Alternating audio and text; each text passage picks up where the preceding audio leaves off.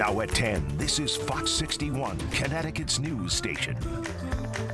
We're a family of faith, and both sides of the family are coming together, and both sides of the family want to see justice. A family devastated after what police call a deadly case of child abuse. Good evening. Thanks for joining us. I'm Brent Hartman. And I'm Sarah Sanchez. Yeah, that family of a boy who suffered deadly abuse is mourning his loss. The boy has ties to Connecticut. Police say he suffered severe abuse at the hands of his own mother and her boyfriend in Florida. Now, tonight we're hearing from the boy's aunt as we learn prosecutors in Florida are now seeking the death penalty in the case. Fox 61's Angelo Bavaro has the emotional conversation. 10-year-old Zavir Williams lived in Windsor until his parents divorced, and he moved to Florida with his mother. His father now lives in Bloomfield, and it's in Connecticut where Zavir will be laid to rest as the family's fight for justice plays out in a courtroom in Florida. Some pictures capture the spirit of a sweet boy, Zavir Williams. He lit up any room that he went into. He was brilliant. Other pictures capture a nightmare for Zavir's aunt Camille, who lives in Hartford but spoke with us from Florida, where the family is navigating the tragedy. When I got that phone call, I was shaking. Those pictures show the scenes in which police say Zavir was duct taped to a ladder while weights were dropped onto his exposed stomach. It was horrible. It was gut-wrenching. That's just some of the abuse police say Zavir endured at the hands of his mother, Kimberly Mills, and her boyfriend, Andre Walker, in their home in Tavares, Florida, that led to his death last month. When you add the family members in the mix, you know it's more personal for us. On Thursday, prosecutors in Florida announced multiple upgraded charges against Mills and Walker, including first-degree murder. We are seeking the death penalty as to both defendants in this case. Tavares police say Zavir's 8-year-old brother was also abused. We're doing everything that we can to keep the brother safe. And is helping investigators piece together details of what happened at the hands of Walker and Mills. Nobody had a clue, and she kept them close so they wouldn't be able to say anything. The boy's parents had joint custody, but Camille says Mills would limit the father's contact with his kids. We feel some type of ease knowing that he did everything that he could possibly do to fight for his children. Now Zavir's family is turning to their faith as they forge ahead in the courtroom. Both sides of the family are coming together, and both sides of the family want to see justice. So I want to make it very clear that it's not just our side, which is my brother's side. And Camille hopes Zavir's story will shine a light on child abuse. For us to check up on our kids more and, you know, to come together as a unit. We need everybody in the family because this happened and none of us knew because of the situation. A candlelight vigil to honor Zavir is planned for next Wednesday at 7 o'clock here in Hartford at the West Indian Social Club. The family has also set up a GoFundMe. You can find more information about that and the vigil on our website, that is fox61.com. Reporting in Hartford, I'm Angelo Bavaro, Fox 61. Domestic violence is something that nobody should have to deal with, you know. I mean, I learned my lesson a long time ago. I had to take classes and all that, so he should have had to go through the same thing I went through. A New London police officer arrested 4 times in a matter of months is now off the force for good. Mayor Michael Pissarro announced today Julio Gil Martinez had been fired from the New London Police Department. Fox 61's Kate Pattyfoot has more from the mayor and reaction from people living there in the city. Julio Gil Martinez was fired from the New London Police Department Thursday afternoon after being arrested for the 4th time in March.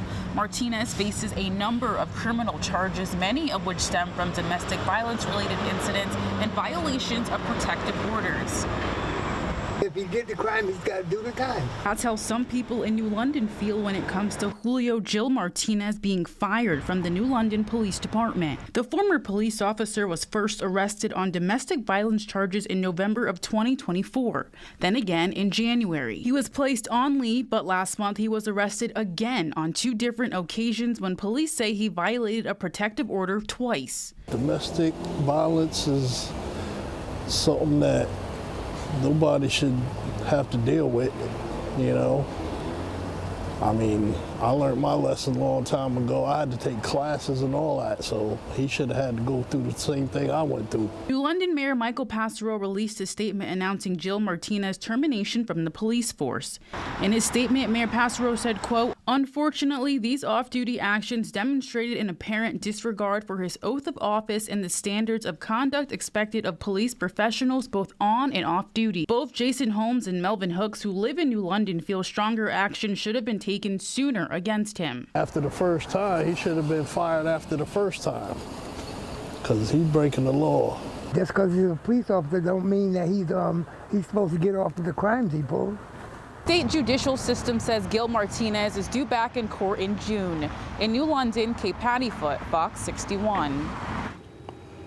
If you or someone you know is experiencing abuse of any kind, there is help. You can reach the National Domestic Violence Hotline or the CT Safe Connect hotline at the numbers and websites there on your screen. Help is out there 24/7, and we always have this information on our website, fox61.com. Now, Fox 61 Weather Impact with Chief Meteorologist Rachel Frank.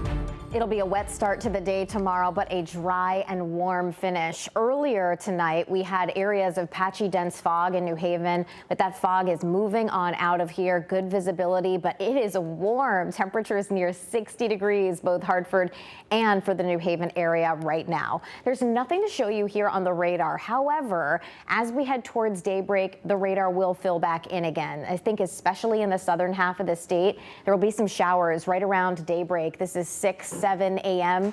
And then as we head through the morning, we'll see these showers kick out of here. Clouds will break for sunshine. And as I mentioned before, we warm up all over again. Temperatures right now are in the 50s and 60s. It is incredibly mild out there, and we are looking at overnight lows falling back into the 50s as we head towards daybreak tomorrow. So the low temperature tonight is actually near the average high temperature for this time of year.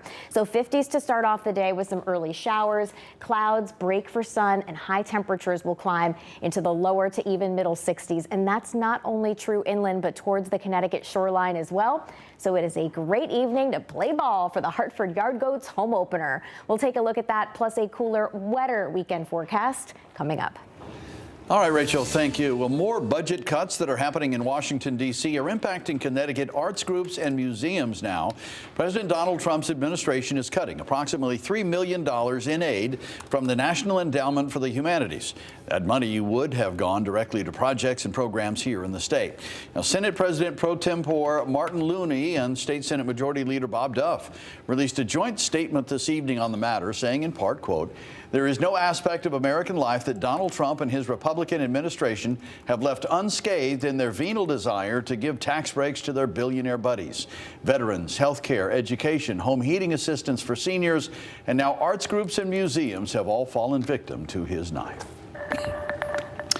Fox follow-up now on a story we brought you last night from the Enfield Square Mall. More local businesses are coming forward as they face an uncertain future with the planned demolition of the mall this summer. Fox 61's Valerie Moravi talked with the directors of a local theater company about the financial burdens ahead.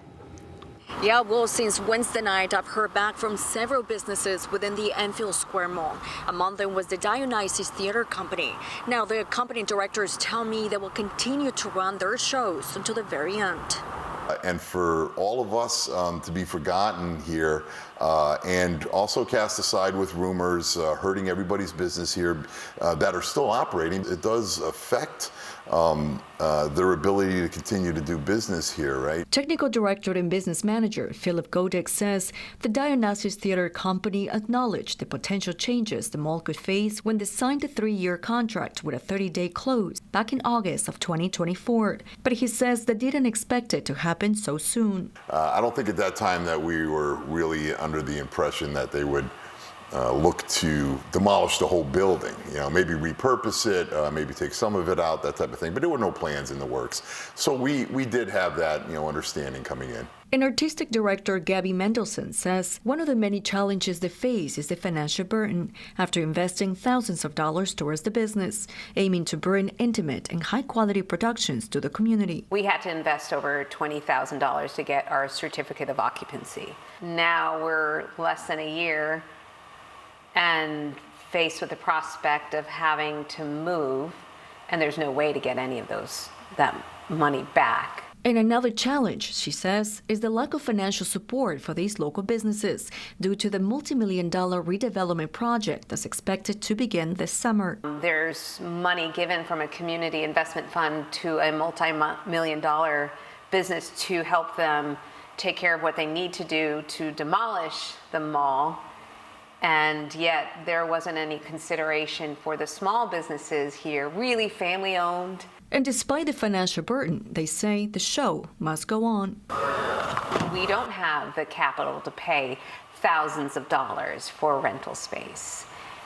We would love to find an amazing theater lover that has an empty space, or even within the town, if there's spaces that aren't being used, seeing that we're an asset to the community and they want to keep us here, we would love to be here. We're going with our shows. We're gonna, we're going with our productions. We're gonna continue business as usual. We're gonna advertise. We're gonna bring people in here because it's the right thing to do for us. It's the right thing to do for the community as a whole. Again, many businesses are still open here at the Enfield Square Mall, waiting for answers as they transition to a new location before the mall comes down in the summer. In Enfield, I'm Valerie Moravi, Fox 61.